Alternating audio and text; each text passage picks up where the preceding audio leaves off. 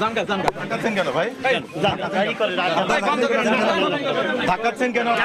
আপনি ধাক্কা দিলেন কেন ভাই? ক্যামেরা টান দিলেন কেন? আপনি কে এই অফিসের? আপনি ক্যামেরা টান দিলেন কেন? একটু প্লিজ আপনি বাইরে যান।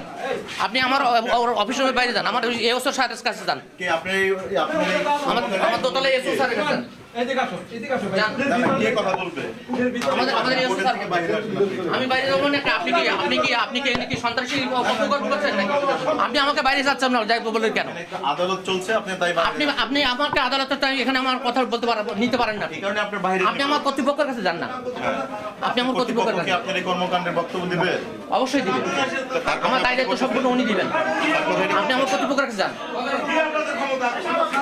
যান আপনাদের কর্তৃপক্ষের কাছে। দেখে ধরো তো।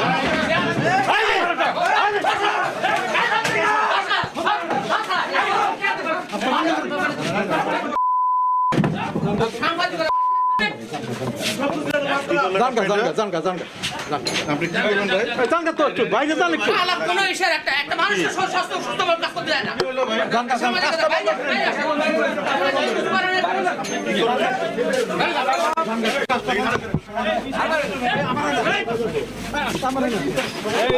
আস্তে আস্তে ধাক্কাচ্ছেন কেন ভাই?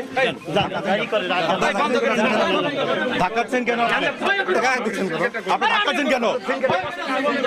আপনার এখানে দুর্নীতি হয়, এটা নাকি রিপোর্ট করা যাবে না? করবেন তাহলে আপনি এখানে আমার ধাক্কা দেওয়া হবে কেন? না ধাক্কা দিবেন না, চলেন চলেন। আপনি এটা- আরে আমি করাবো কেন? কে করছে এটা? কেউ করেন না, কে করছে এটা? চলেন আপনি। আপনি দিতে হবে তো। আপনি ধাক্কা দিলেন কেন ভাই? ক্যামেরা টান দিলেন কেন? আপনি কে এই অফিসের?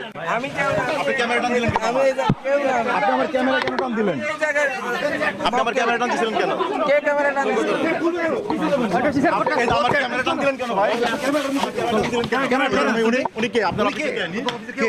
কেউ না, উনি আমার ক্যামেরা টান দিলেন কেন ভাই? রোজ যাই তো। আমার গায়ে হাত দিলেন কেন আপনি? অবশ্যই জবাব দেবো, আপনি আমার গায়ে, অবশ্যই জবাব দেবো। জান আপনি দেখেন, আপনার নাম কি?